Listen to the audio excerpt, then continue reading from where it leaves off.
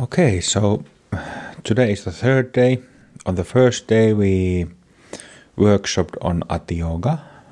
Then yesterday on Shamatha with a couple of breathing exercises. And in this session let's workshop Vipashyana. Or I'll talk about Vipashyana.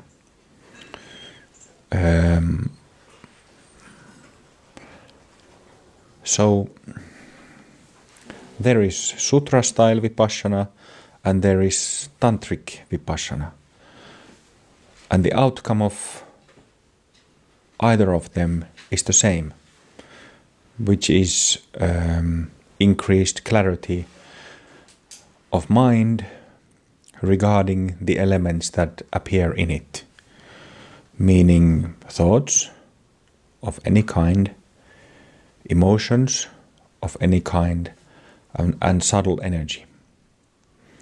So Tantric Vipashyana means basically tantric practice. You use mantras, visualizations, breath work, guru yoga, deity practice, all this, and it has the outcome of clarifying all these mind thoughts, emotions, subtle energy. But then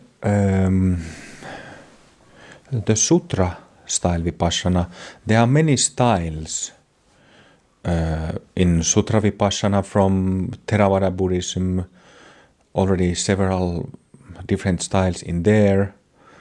But the main idea in Sutra Vipashyana is that when we have something arising in the mind, something that is sticky, which means that this thing that arises in the mind, a thought or an emotion, it grabs a hold of you. It catches the attention. It causes attachment to this mind content, and it makes you deluded, creates a dualistic state, me between me and something else, creates dualism. So the meaning of Vipashyana is to shatter that dualism and return the natural state, which is non-dualistic. And this is a really important point, that the idea is not to ward off or shoo off thoughts or emotions. That's not the key at all. The point is to see through, perceive the natural state, perceive emptiness or selflessness in any objects that appear in the mind. This is really the key of it. Dzogchen Rinpoche was talking last week about that he mentioned briefly that he knows Dzogchen practitioners, like proper ones who live in the caves and have name, of well-known practitioners who use the natural state for you, or I wouldn't want to say maybe use like purposefully, but have ended up using the natural state as for spiritual bypassing. So when stuff comes up, they get back to the natural state, and this stuff that comes up keeps floating like oil on water, never getting solved. This can also be done, spiritual bypassing. Usually spiritual bypassing means that people prefer peace or silence instead of any stuff in the mind, any hassle. Usually it means that, but I heard from Dzogchen Rinpoche that it can also mean that Dzogchen practitioners go to the natural state and this stuff doesn't get dissolved. Having said that, the way how Vipashyana is practiced in Dzogchen, by people who, like us, who have ways of, know how to get to the natural state, to that clarity, Dharmakaya clarity, that knowing, is that just like in two-part formula, you access, you go to that clear knowing, and then when stuff comes up, in 2PF it's the affirmation, you purposefully bring it up, but now we are talking about not the subject, but other objects appearing in the mind, other stuff in the mind. So when it comes up, you include it, you allow it to be in that same sphere of clarity. You don't push it away, you don't pull it to you, and you don't suppress it. You just include it. And this simple action of including it in the field of awareness, should I put it that way, or which in other words I often use the phrase of bring the light of awareness into sense of self, be it in any form, bringing light of awareness to it. So I'll say a little bit about that. So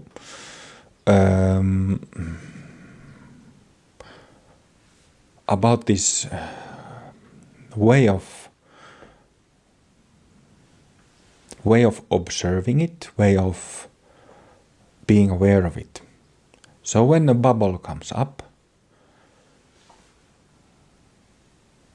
it is important that that contact, that the way how you are aware of it, like for example, is this fist represents that impulse, then it's not like a if it's like this, the contact, there's no really contact. If it's flabby, limp, that's not it. Or this is not it either. Or even if it's more subtle, holding, no. There's just too much already in it. So this is the challenge that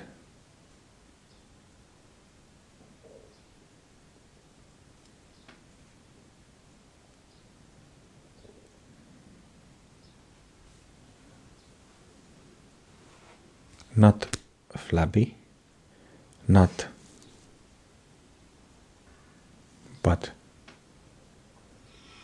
just being present with it. That's what it means. Bring the light of awareness to this, whatever it is.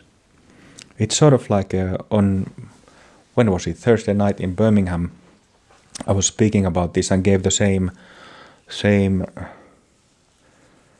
analogy of it, and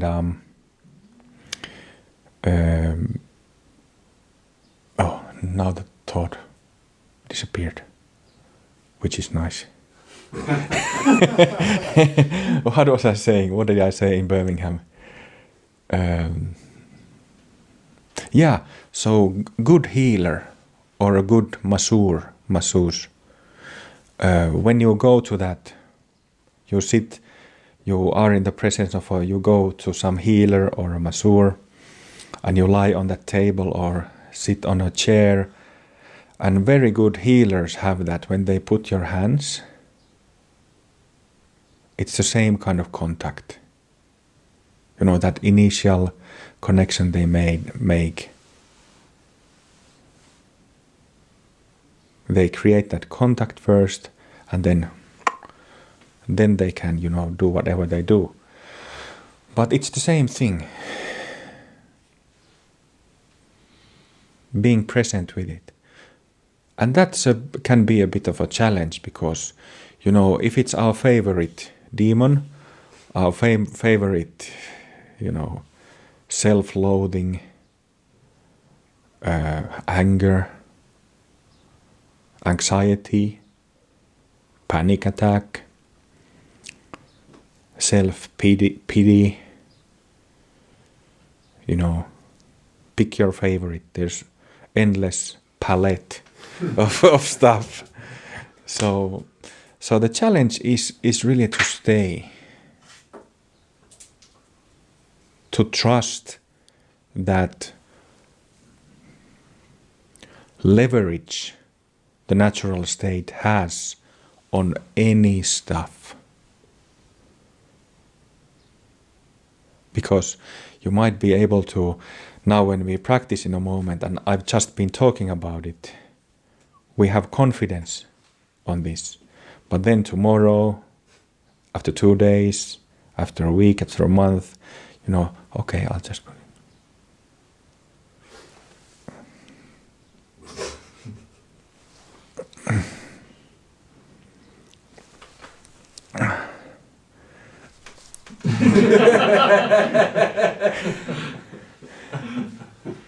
You've experienced this already, right? So what then? What do you do then? Get back to the natural state then. Make that basis of our own mind, which is awareness, which is knowing, make that more clear. This is what I say again and again and again in Guidance to Awakening, that you have to have the first mode, selflessness mode, really clear in experience before you can deal with this stuff. Before that leverage, before there is the penetrating, like illuminating leverage on this mind stuff. So that is like that is really basically what Vipashyana is about. Then there are, many different styles of Vipashyana. One thing that I sometimes find useful is, I mentioned this Theravada style. We discussed it 2 nights ago at the dinner table. This Theravada style noting Vipashyana, which means that you note, you put a label on stuff that comes up, emotion, hearing, seeing,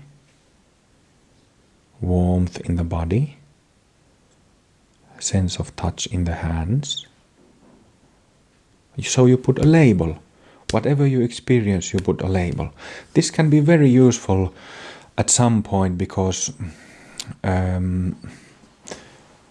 yesterday I kind of made a joke when Carl was giving a talk. I gave a joke that usually it's too late when we recognize when something comes up. We already had the reaction. We already became attached to some stuff, right? So with this problem, this noting can be very good.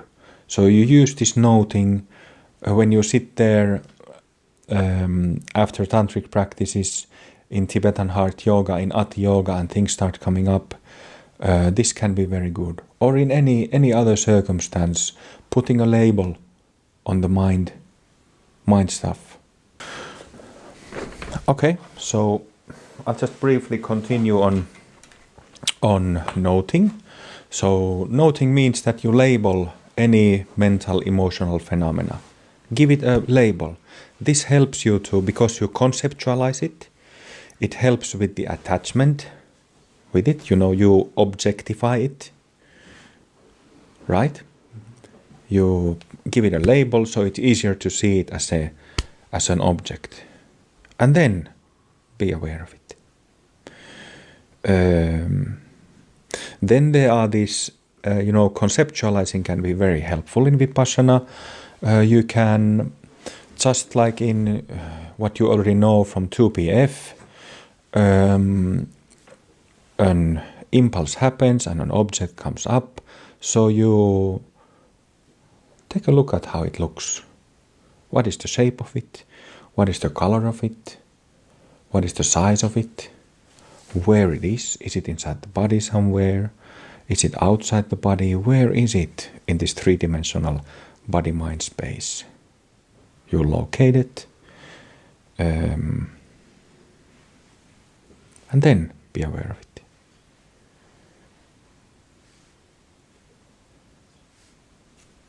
Very simple. So this is why, like, looking at the shape, size, location is why Vipassana is sometimes translated as analytical meditation, because you analyze things. You kind of take a magnifying glass and start looking at it. The reason why we are in the mess in the first place is because we haven't done this before. So this stuff has kept happening, but it's sort of like bees are stinging you, but you still keep, you are not paying attention to it, which makes you more entangled into this stuff like a fly in spider's web. So, like a snowball effect, but it works the opposite way too. So now we are talking about sutra style Vipassana that I recommend.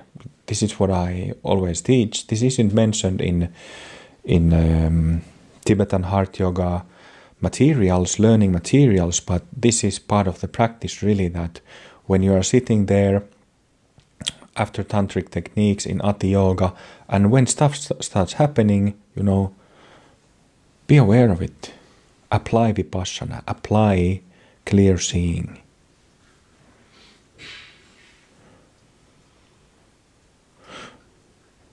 Apply the noting? Can be noting, just what I said. Noting, looking at the size, shape, color, feeling, or just being present with it. It's all Vipassana instructions. But use what you feel works for you. Make it work for you. Question on that, Kim. My understanding of the PET mantra was when the mind got active, that PET was to cut through that and take you back to the natural state as best you can. Sure. That feels at odds to me now in my own mind about PET versus Vipassana investigation. Okay, so I'll say something about that. So, using the PET mantra, I was mentioning spiritual bypassing. So, for that not to happen, so that we get to also to the business of perfecting bhumis, which means clarifying our mind, purifying our mind in irreversible manner. So PET mantra is sort of like it's a means, it's a tool to get to the natural state when it's not experienced clearly. But also another way to do that is to be aware if there's something that clouds the natural state, being aware of it, and it does the same cutting through.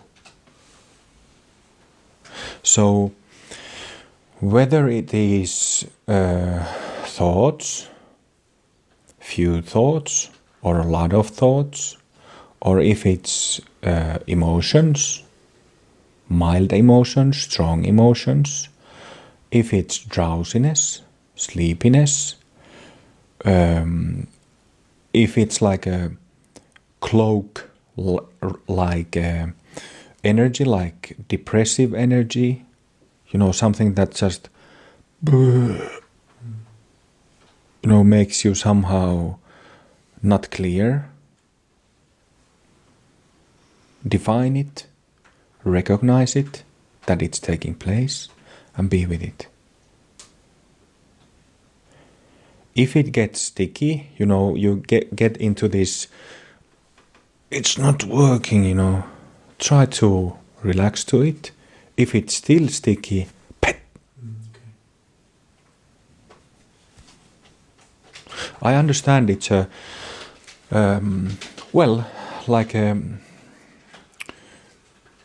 I understand, I knew that,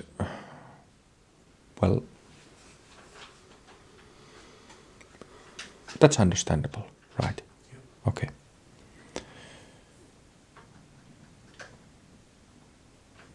Also, what is a very helpful Vipashyana technique is to be willing to suffer. So Tokni Rinpoche was talking about this. I've also talked about this before, but not in a while, so I thought of mentioning it here. So, very, very effective way, if the natural state is again experienced clearly, is to, when some, for example, anxiety comes up, then let it come. Give your body, mind, and your flesh and blood. Give your whole being to it. It can be like you might be nervous at first, or fearful that what if I let this anger come? Because usually we try to, when there's anger or what could be like another similar strong emotion, we try to suppress it. Stay away. We don't want to meet it. But then, if we have some clarity, let it come. And it's just that energy, it spreads to the body.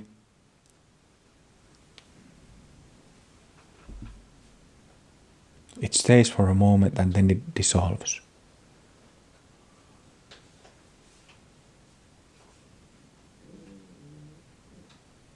It's wonderful.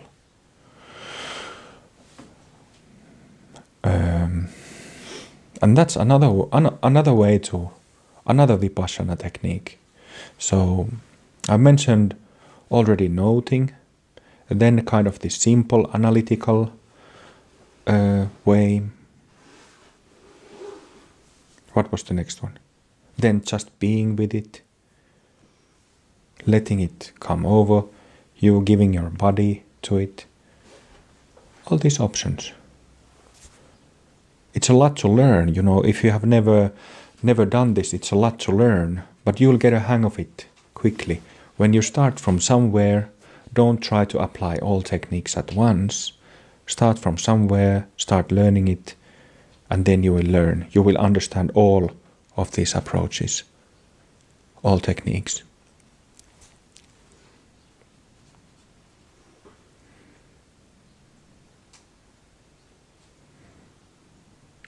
Yeah, so that's what also, like Mike's question was kind of pointing to, like the spiritual bypassing thing, and also the challenge. You often find, if you read Dzogchen text or commentaries like traditional ones, you often find that they say that, it says that objects appearing in the mind are self-liberating. And what it means,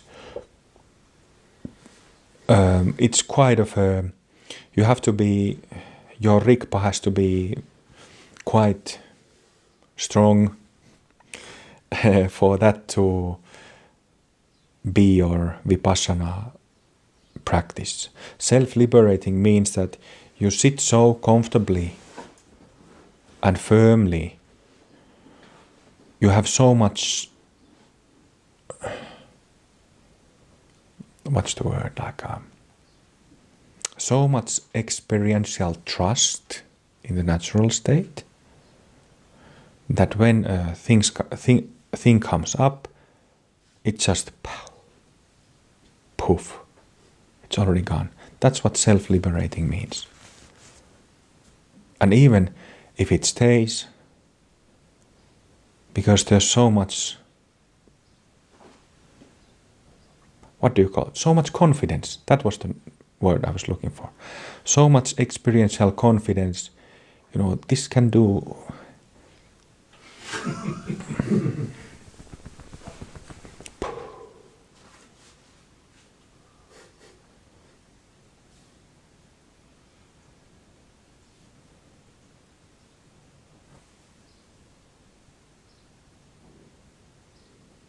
That's what self-liberation means.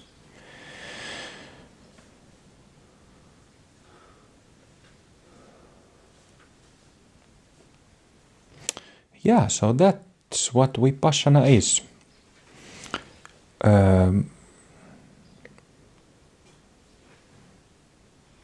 And maybe I could also add what you already know is that in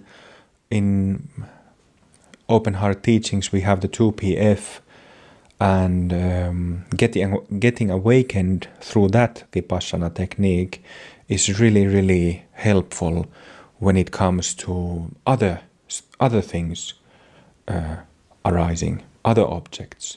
Because if that me is still there, even if it's there and then gone, but then it comes back again and it's gone, when it's on and off, this makes object vipassana regarding other objects a lot more difficult, challenging. Because if you have this bubble here and another bubble here, quite difficult to, apply. Quite difficult to get insight. Difficult to get irreversible release. But when this is not here, there's a space. Just clear seeing. So very easy to just,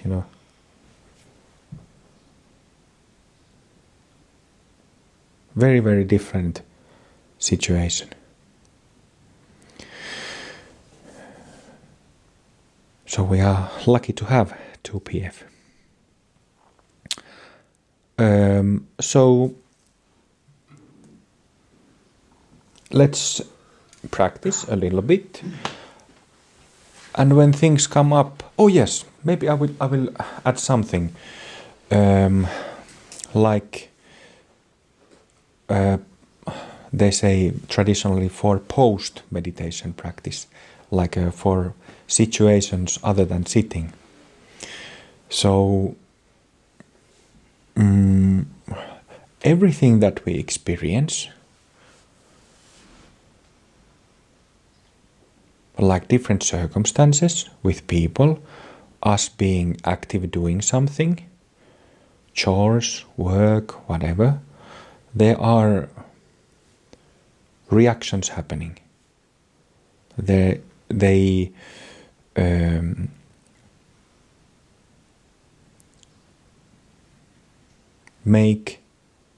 cause things to appear in our mind, or then we remain in clarity.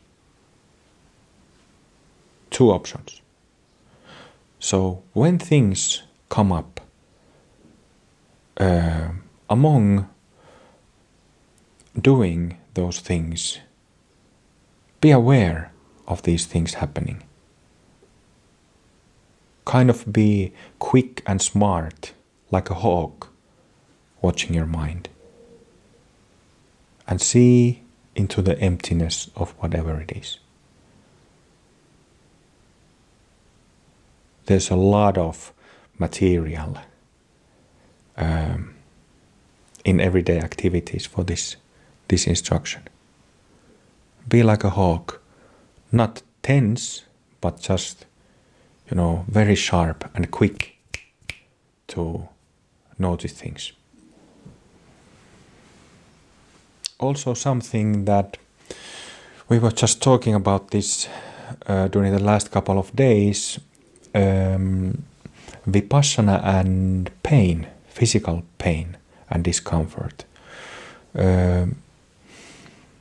Well, I'm still a samsaric being, so it might be that my understanding of this matter is not complete. So take it with a grain of salt? So, but my understanding is that regarding physical pain, that you can also apply this vipassana to physical pain and see if it has a self, the entity self. If there is material for Dharma practice there. And then you look into that pain, right to the center of it, probe into it, feel into it, observe it. And I many times have found that there is some selfing there. But then I come to a point when the selfing seems to be gone, like on the level of mind, there is no friction, but the pain stays. So then it's just physical pain. Like this is my experience so far. Maybe the experience is different with more mature yogis and Buddhas. I don't know. I have to ask when I see one.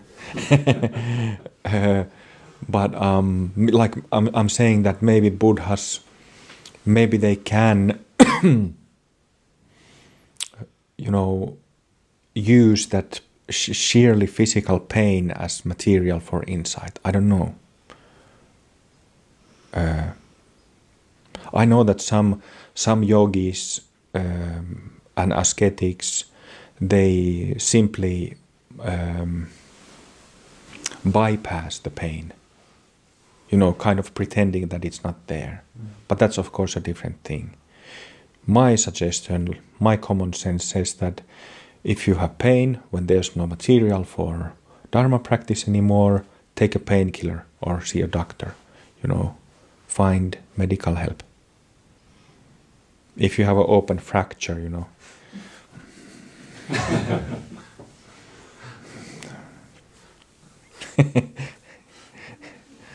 Okay, let's practice.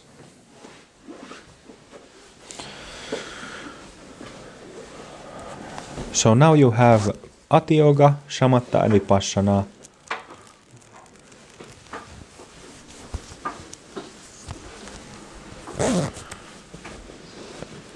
As I explained yesterday, if you are agitated too much that you can't apply seeing, knowing into that agitation, calm yourself down. Put your attention into the gut. Do those breathing practices that we did yesterday. Calm your nerves down. And then try again. Start over. If there is nothing, if there is no problem, just enjoy the sunshine.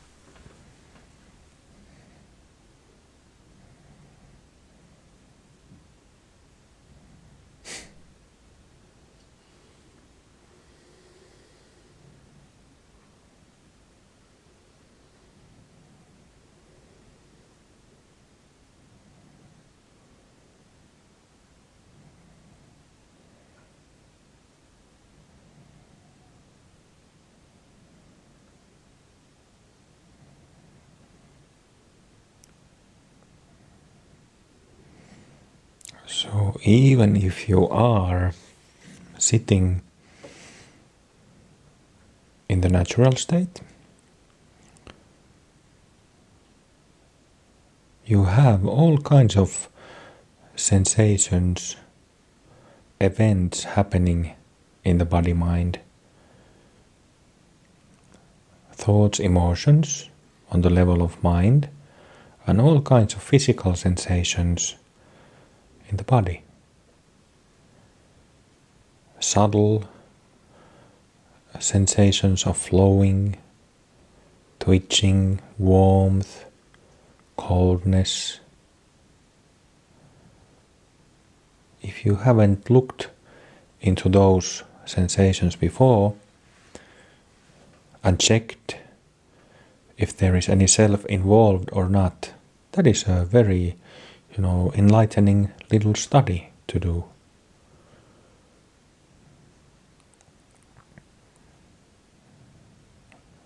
The movement of the breath. Is there a self in that movement of the breath? Or is it empty of self?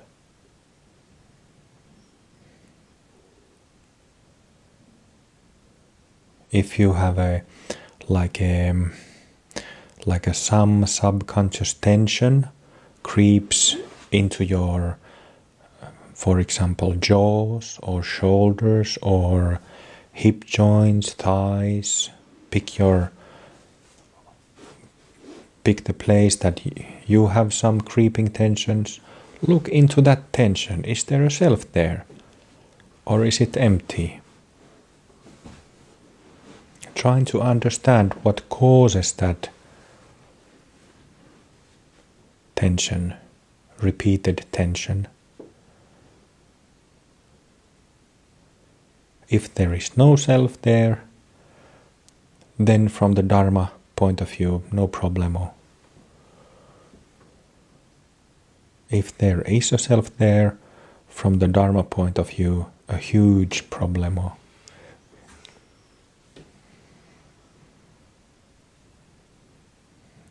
Well, kidding a little bit, but then it gives something to work on. And that is the point of everything. We can spend lifetimes sitting on the cushion, just sleepy, not doing much, not getting benefit, not benefiting ourselves, not to mention others, just wasting our time. On the other hand, a minute or one moment of looking can change you for the rest of your life.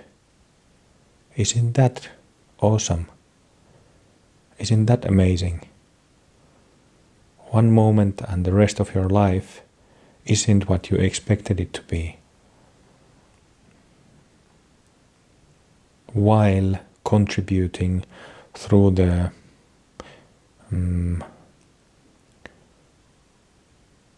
subtle body, all sentient beings. So this is why we need to practice correctly, practice well.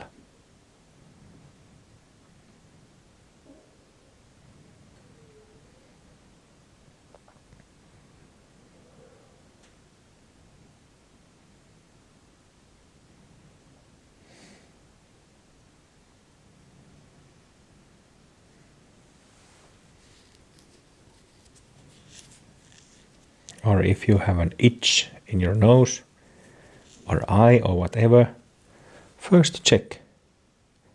Is there a self on the level of mind? If there isn't, you can scratch the nose. In some schools they say that no, you cannot scratch if you have to stay immobile in one position. You cannot scratch. What a silly rule.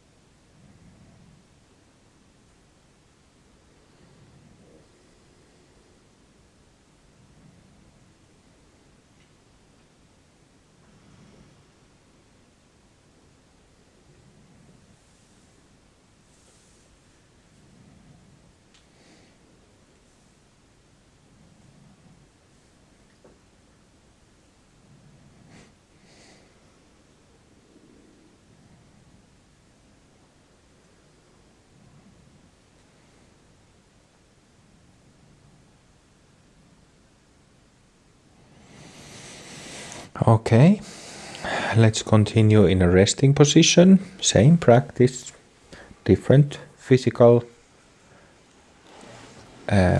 condition.